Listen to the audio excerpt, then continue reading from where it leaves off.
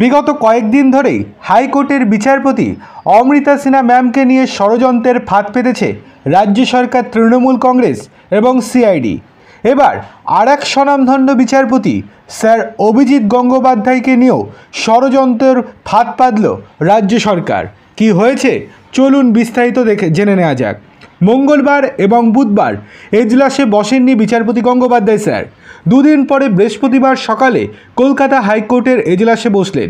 তবে কিছুক্ষণের মধ্যেই এজলাস ছেড়ে বেরিয়েও গেলেন তিনি। এইটুকুর মধ্যে কি ঘটল এমন বিচারপতির সঙ্গে, যাতে করে তাকে চেয়ার ছেড়ে বেরিয়ে যেতে হলো? বৃহস্পতিবার সকালে নিত্যদিনের মতোই শুরু হয়েছিল আদালতের কাজ।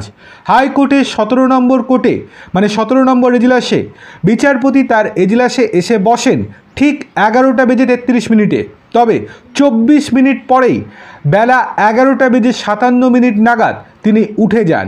সাম্প্রতিক অতীতে এত দ্রুত এজলাস ছেড়ে উঠতে দেখা যায়নি বিচারপতিকে। তার এজলাসে একের পর এক মামলার শুনানি হতে থাকে, ভিড়ে ভরে থাকে এজলাস কক্ষ। বৃহস্পতিবার অবশ্য সেই ভিড় ছিল অনেক কম। আইনজীবীদের একাংশ উপস্থিত ছিলেন না বিচারপতির এজলাসে।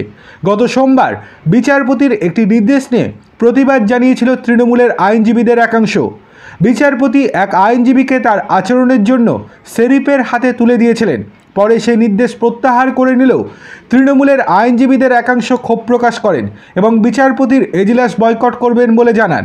কলকাতা হাইকোর্টের বার অ্যাসোসিয়েশনের সম্পাদক বিশ্বব্রত বসু মল্লিক জানান যে যতদিন না বিচারপতি এই ঘটনার জন্য ওই আইনজীবী এবং বারের কাছে দুঃখ প্রকাশ করছেন, ততদিন এই প্রতিবাদ চলবে।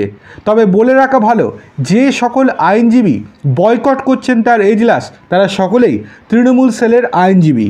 সুতরাং তারা একেবারেই উপস্থিত থাকতে চাইছেন না বিচারপতি অভিজিৎ গঙ্গোপাধ্যায় স্যারের এজলাসে। এতে করে বিচারপতি অভিজিৎ গঙ্গোপাধ্যায় স্যারের ওপর নতুন করে চাপ সৃষ্টি করার চেষ্টা করছে তৃণমূল। একদিকে অমৃতা সিনহা ম্যামের পেছনে পড়েছে, আর একদিকে অভিজিৎ গঙ্গোপাধ্যায় স্যারের পেছনে পড়ল এবার।